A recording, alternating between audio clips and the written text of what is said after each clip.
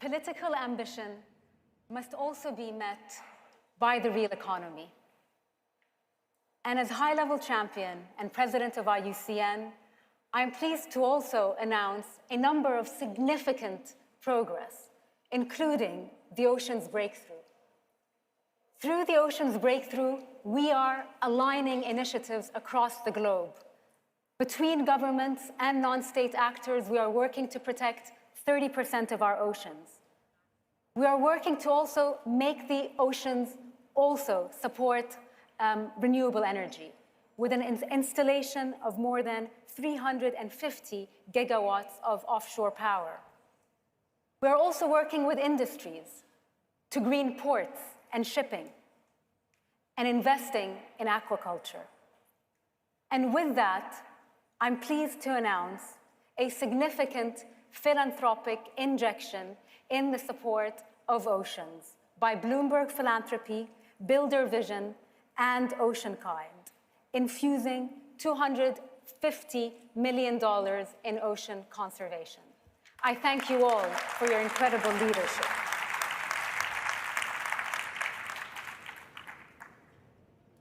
And with the incredible presence of President Lula, it is now timely to move on to our forest segment.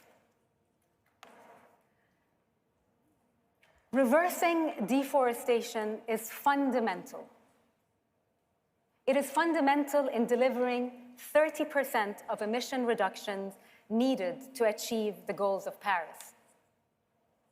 We've just heard there is no Paris Agreement without nature.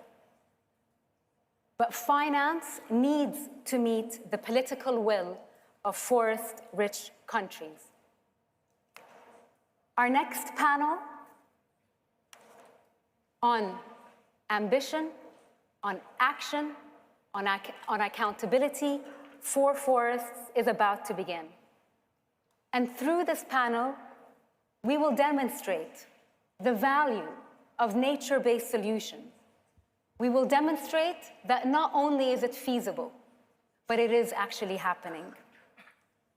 Without further ado, allow me to welcome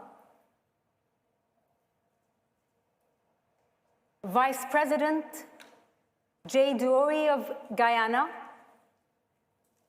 President Nana Akufo-Addo of Ghana. We will also be shortly joined by President Joko Widodo of Indonesia.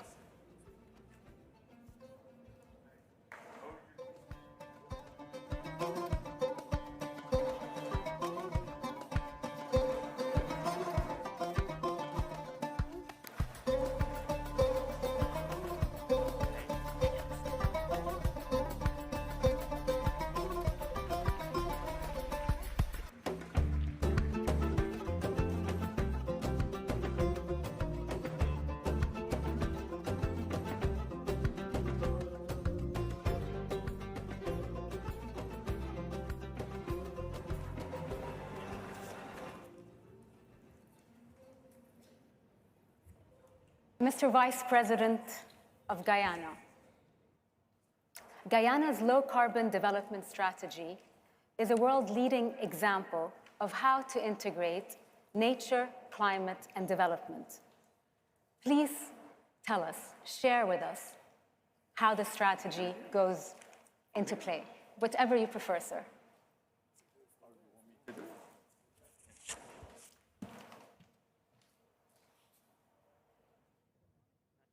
Thank you very much. We believe in Guyana that the only way in the long term that we'd be able to preserve forests is to have a model that has several elements. So in our case, we believe that there are 4 important elements to the model that we launched in 2008, and we recently updated.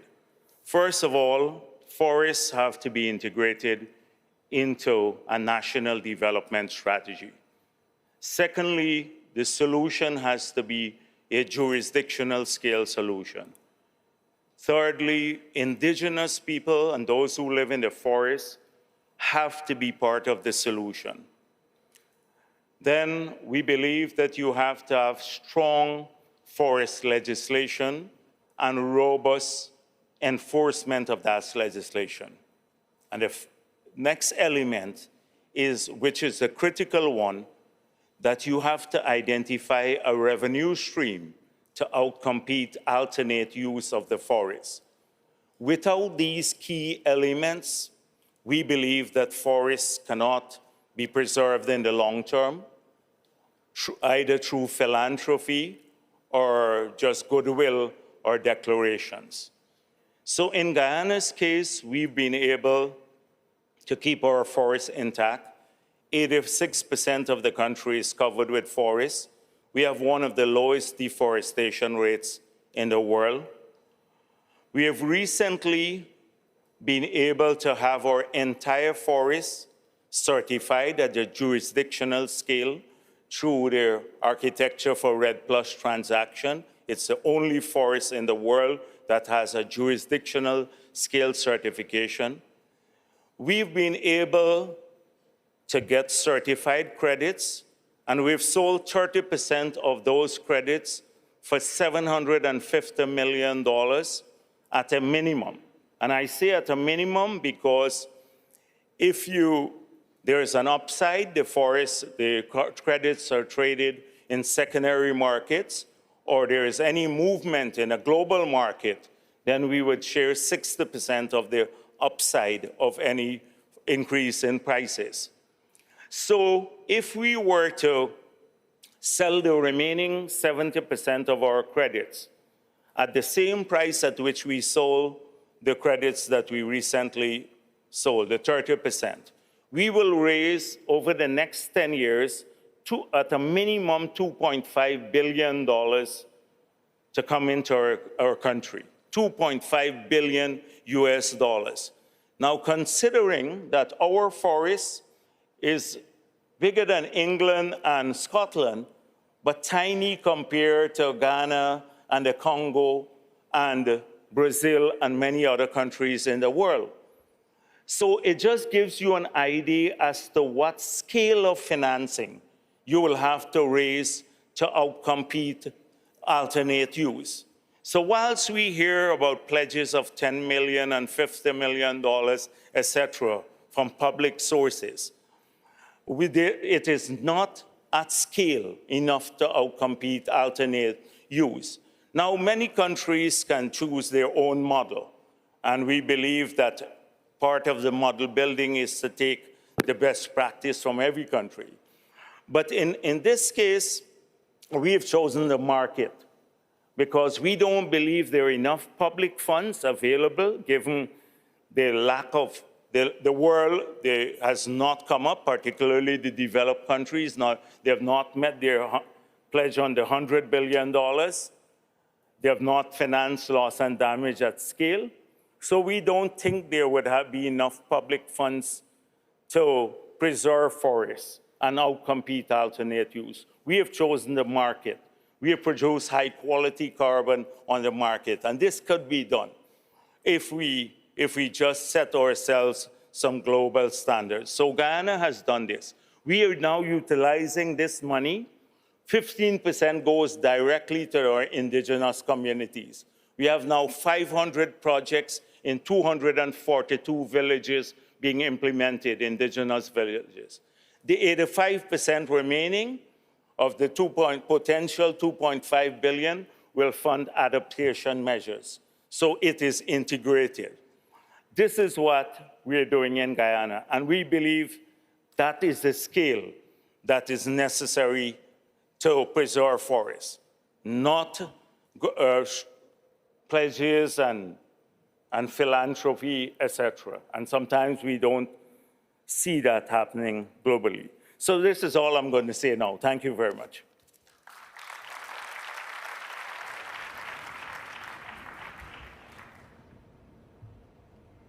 President Widodo, Indonesia, over the last 2 decades, had witnessed a historic and unprecedented reversal of deforestation and really provided an exemplary, legally binding roadmap, the FOLU Net Sink 2030, a model for nature conservation. Could you please tell us your vision about how this will be implemented into the future, and again, as a response to the global stocktake? The President, the floor and the podium is yours. Thank you.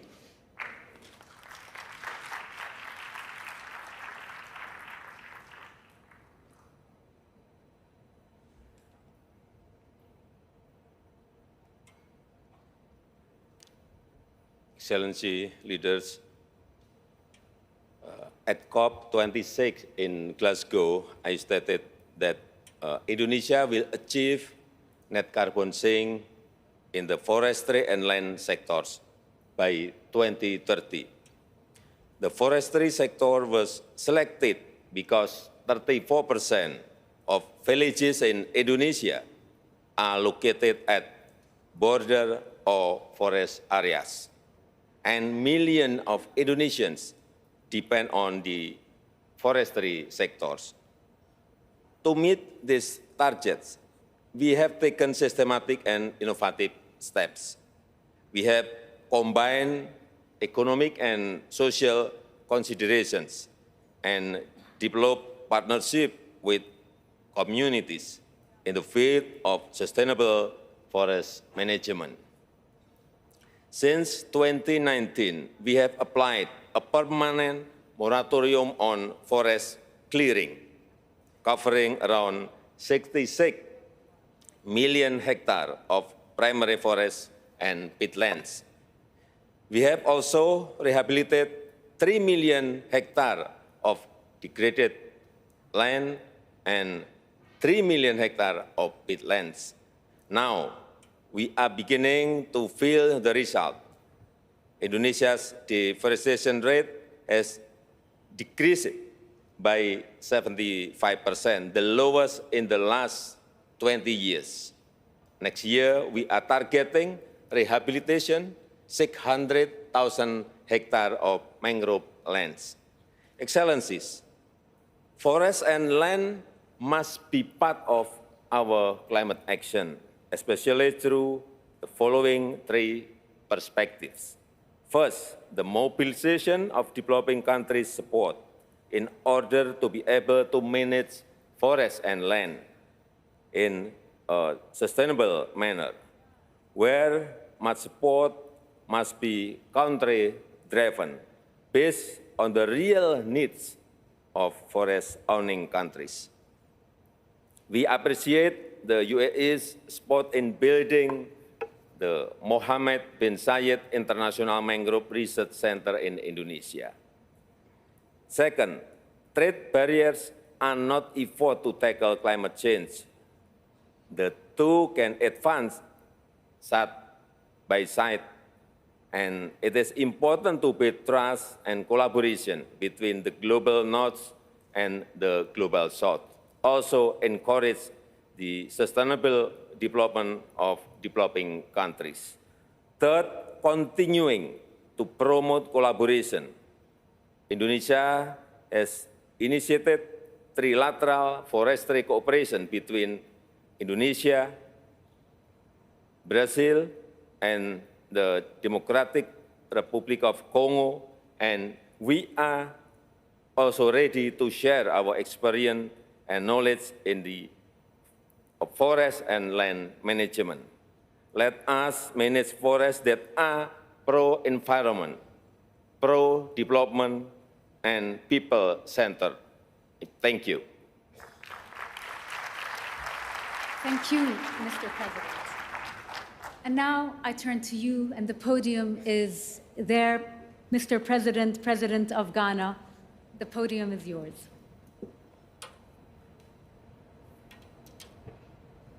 Madam Chair, thank you very much for the opportunity to speak on this platform, and also take the occasion to wish UAE a happy birthday.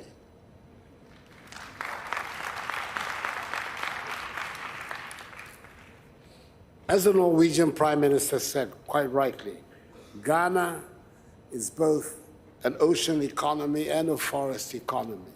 They're both very important parts of our national economy.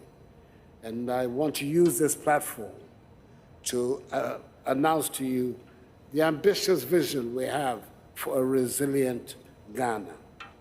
It is a vision to strengthen our economy, protect and restore our abundant forests, meaningfully reduce our greenhouse gas emissions, boost our cocoa production, position us as global leaders of sustainable timber, and scale up our tourism potential, and at the same time, being able to create jobs and livelihoods for our people.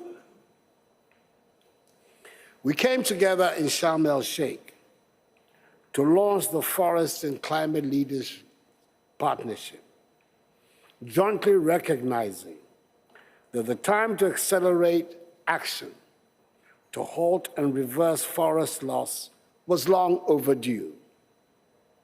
For too long, the world's forests have been undervalued and underprotected. It was in this spirit that Ghana committed to co-chairing this important initiative. And I stand here today, 1 year on, to say that Ghana is rising to the occasion and leading by example. I'm proud to announce Ghana's country package, the first of its kind, designed to transform our forest sector and strengthen our economy in tandem.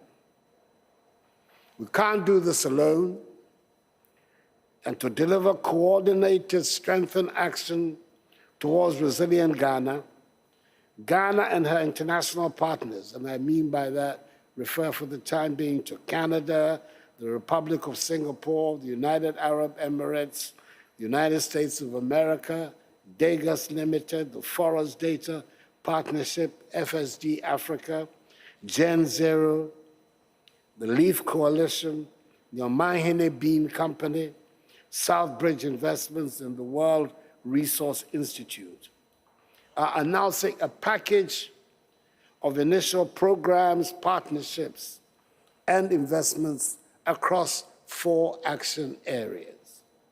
First, Ghana will strengthen its strong foundation in accessing international carbon markets and lead Africa in generating high-quality and high-integrity carbon credits.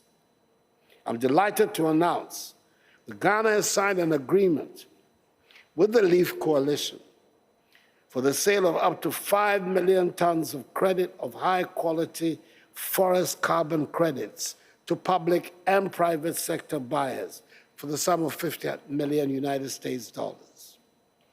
This recognizes and rewards our efforts to build a robust program to tackle deforestation. This landmark agreement is the first of its kind globally to involve funding from multiple private sector buyers. This will enable further high-integrity, large-volume carbon transactions in the years ahead. This serves as an example to other nations seeking to access international carbon credits.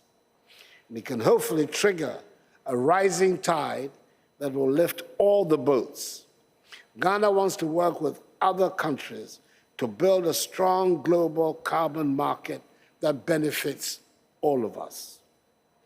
Second, Ghana will strengthen its agricultural and mining practices and invest in processing of key commodities in order to keep much more value within Ghana and drive our industrialization. Thirdly, the country will continue to drive delivery on its expansive restoration and reforestation commitments and seek a transformational shift in the timber sector. Lastly, Ghana intends to reinforce the enabling conditions that help ensure a just transition, strengthen governance, land use planning, and monitoring, reporting, and verification systems. I think it's appropriate that I use this platform also to thank our partners, especially the United Arab Emirates, for supporting Ghana's country package with the sum of some 30 million United States dollars to promote sustainable agriculture, forest reforestation, ecosystem services, and sustainable livelihoods for our local communities. And we look forward to continue building programs, partnerships, and investments towards the resilient Ghana we seek. And we welcome partners, both public and private, to join us in this exciting, transformative journey. Thank you very much for your attention.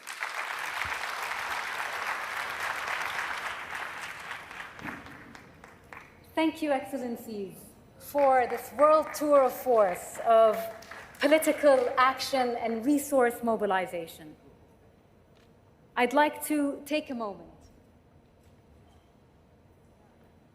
to announce yet another new initiative called the Nature Finance Hub, led by the Asian Development Bank. The Asian Development Bank, through this hub, will launch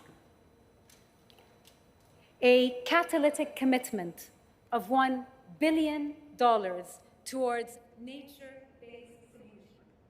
Together with its partners, Saudi Arabia, France, the OPEC Fund, and the Global Climate Fund, the partners will mobilize and leverage private capital for nature with a focus in the Asia-Pacific region.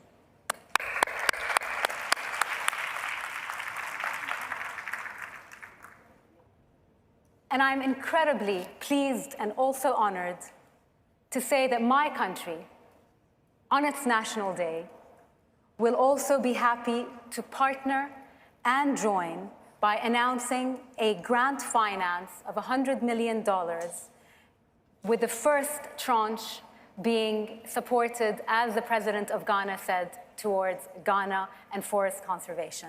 Thank you very much.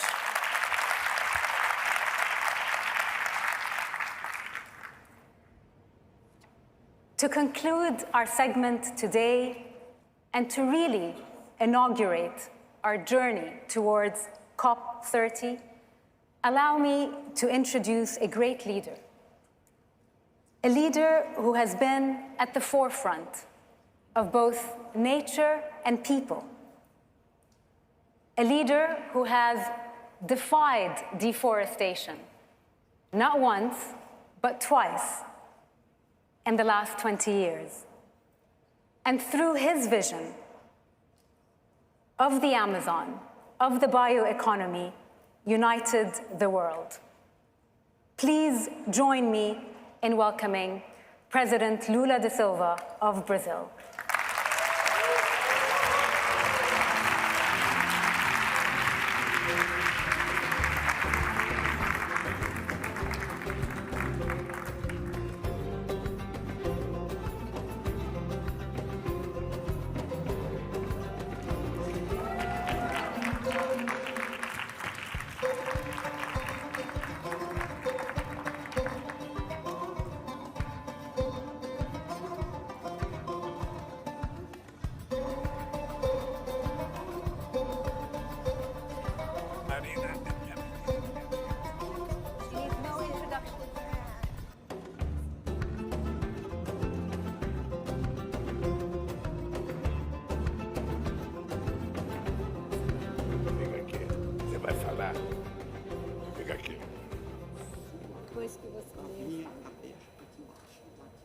Deixa aqui.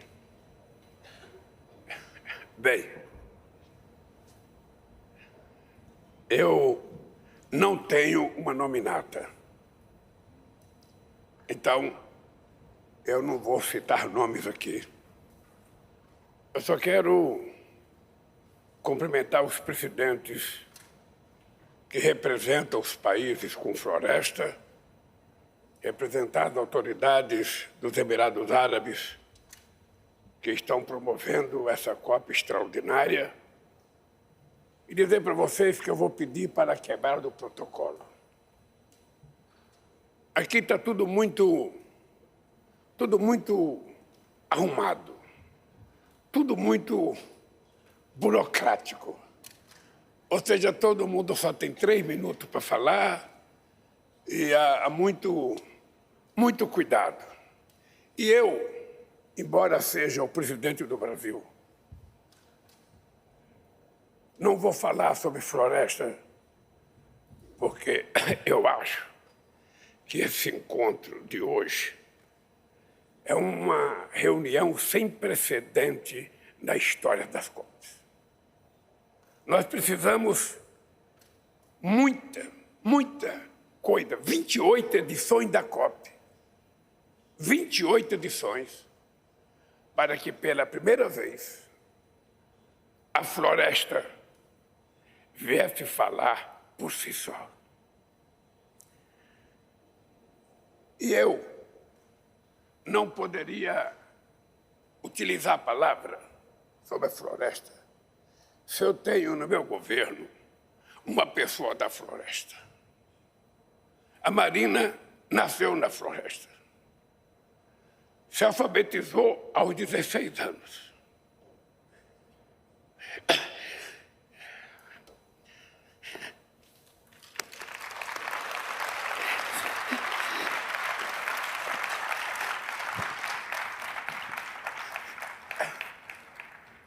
E eu acho que é justo que, para falar da floresta, ao invés de falar o presidente que é do Estado, que não é da floresta, a gente tenha que ouvir ela, que é a responsável pelo sucesso da política de preservação ambiental que nós estamos fazendo no Brasil.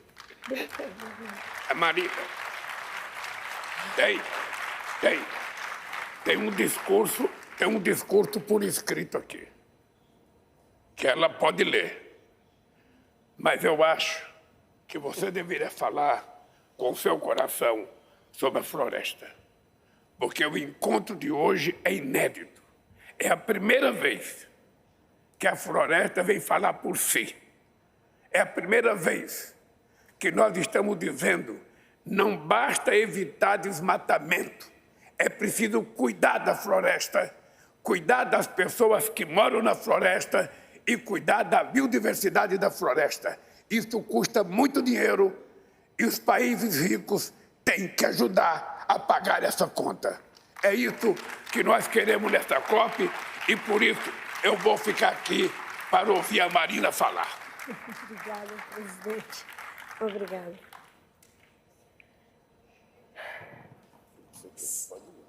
Sim. Senhoras e senhores, é uma grande honra para mim estar aqui nesse fórum que trata de oceanos, de florestas, com tantas iniciativas. Mas é uma honra maior ouvir do meu presidente, do presidente Lula, esse homem com uma trajetória incrível e que tem uma responsabilidade muito grande em dos países in a country that detains one of the largest tropical forests of the planet, to protect these forests in Brazil, to protect their First Nation peoples. Thank you very much. Thank you for this honor, President. And I will say that everything that's going on in Brazil is thanks to his commitment with democracy, to fight inequality, and to protect the environment and to confront the climate change issue. I feel very much honored to occupy this space that was given by Your Excellency, my brother, and that we started to work on this cause when I was 18 years of age. And now we have the opportunity for the third time to be in the forefront of this challenge. I have certain questions to read your speech here in front of you, but I will speak very quickly of the endeavors that are being made in Brazil. President Lula when he took office on January the 1st of 2023, he has signed 10 presidential orders or decrees. These 10, 5 of them were just on environment. And of these 5 decrees from the presidency on environment, the majority of them was to protect the forests and the First Nation peoples. So we made a prevention plan against deforestation on the basis of 3 strategic axes. This plan was developed for the first time in his first term, that was based on to fight unlawful practices that were destroying the forests, to have the demarcation of the land and of the forestry areas, and then for the conservation units, indigenous land, and sustainable use. And the third axis was to support the sustainable productive activities. Now, in his third term that I am Minister for Environment for the third time, these 3 axes were added, Mr. President, from your guidelines to develop economic instruments so that we can give incentives to bioeconomy and to sustainable development. With these efforts on the part of Your Excellency, we managed to, in the first 10 months of your term, to reduce the deforestation that was a tendency of increasing. We reduced in 48.9% of deforestation just in 10 months and avoiding to release 250,000 tons of CO2. If it wasn't for the measures taken by your government, we would have an increase of deforestation in 54% and not a decline of 49% in the first 10 months of your term. Another thing that Your Excellency did for the benefit of the forests is to go back to protection policies to the First Nation peoples and to the indigenous people, creating the Ministry of Indigenous People. And that has a first woman as Sonia Guajajara as the first ever Minister of Indigenous People Ministry that will demarcate the indigenous land. Another effort is the recognition of the quilombolas. The quilombolas were black free slaves that lived in these communities, and they are part of the quilombola people. Now also have a woman, a black woman, Aniele Franco, a young black woman that is helping to protect the forests of the quilombola people that used the origin of former black slaves in Brazil. And this is not a sectarian policy in the government, and we owe this to you. It's a cross-section policy that we have in Brazil.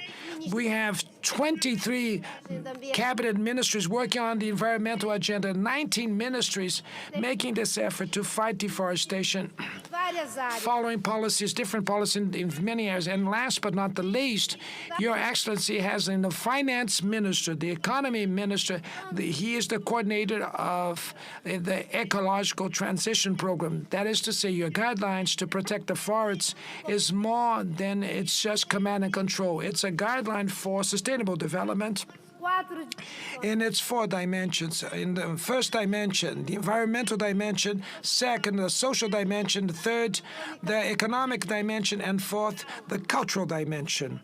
The sustainable development that protects forests is also protecting the biodiversity, it's protecting water, it's protecting culture, it's promoting a cosmovision, and it is protecting, above all, the balance of the planet. And we, forestry countries, due to your initiative, we will follow a mechanism that you're still developing already as a first proposal. So, and discussing with Congo and the Democratic Republic of Congo and the Republic of Congo, Indonesia, and the 8 Amazon countries, so that we will try to develop through the sovereign funds, develop a plan for these countries that carry these tropical forests. And so we're going to dedicate funds for that. And we created the Amazon Fund, and we believe that it serves as an inspiration for other countries to protect their forests. And to protect forests is to protect the balance of the planet and the oceans. Thank you very much for this honor. And I would like to leave here in the annals of this meeting your speech, and I believe that it is an historical speech that Your Excellency gave me the honor to do it. And so it was only possible to reach what we managed to reach till now, because in your first term, we managed to reduce deforestation for more than a decade.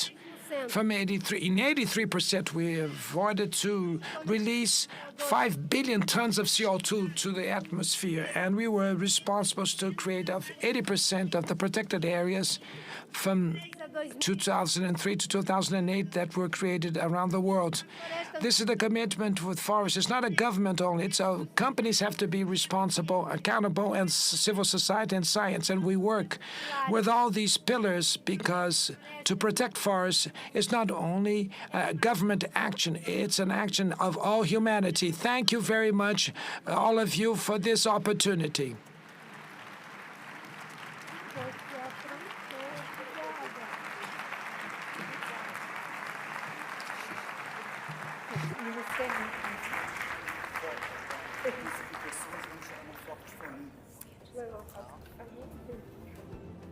Thank you, Mr. President. And you are absolutely right. Minister Marina da Silva needs no introduction. Whilst you may be a hero for those that live in the Amazon, you are also a hero for those that also live in the desert. Continue to do what you do. Thank you. Distinguished guests, ladies and gentlemen, Brazil and the UAE's long-standing relationship will go from strength to strength. Today, we are honored to announce that this cooperation will deepen over the next 2 years as we commence a partnership focusing on enhancing the role of nature in climate action. To commemorate this agreement, from COP28 in Dubai to COP30 in Belém, I am honored to welcome His Excellency Dr. Sultan Al Jaber, President of COP28, who is here on behalf of the President of the United Arab Emirates, His Highness Sheikh Mohammed bin Zayed Al Nahyan.